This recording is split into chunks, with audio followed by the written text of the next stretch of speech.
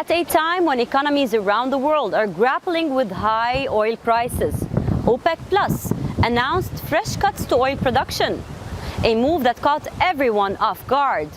Now the group justifies its decision with market stability. The United States says the world needs lower oil prices for economic growth. But we ask, does the world need it or does the West need it? We tell you more.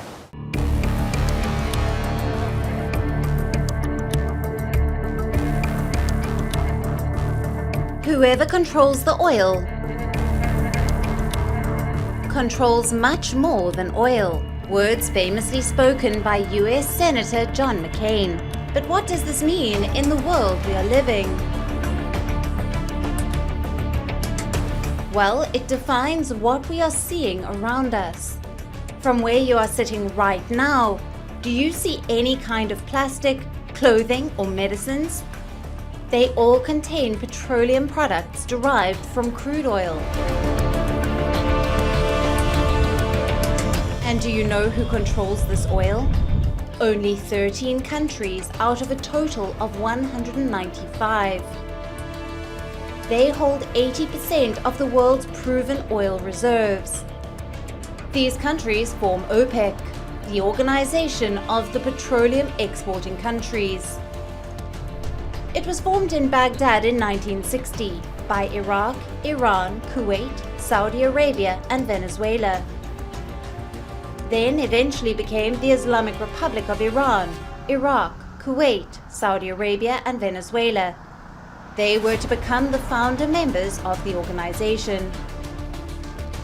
The aim was to decide the world's market, who should produce how much oil, how much of it should flow into the market, and most importantly, at what price. This week, OPEC Plus decided to cut their oil production to 3.66 million barrels per day. This is 3.7% of global demand.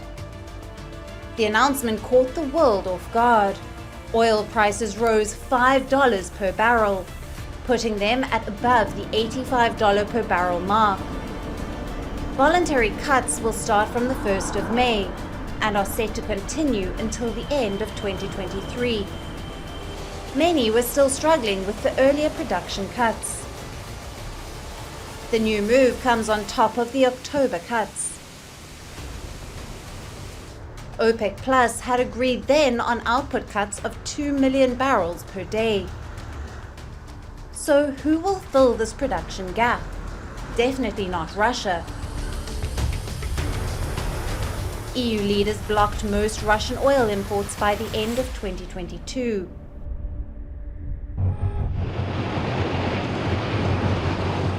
It was their reaction to the invasion of Ukraine. So Russia did two things. One, it started selling more crude to India and China. And two, it became an ally of the OPEC. So this new production cut will be complied with by Russia as well. Russian Deputy Prime Minister said the West is facing a crisis because of its own interference with market dynamics. A Russian expression often used to describe the Western price cap on oil. The cuts have had an expected reaction. Fresh fears of banking crisis have erupted. Investors are selling out risk assets. And the West is unhappy, especially the US. Washington has called it inadvisable.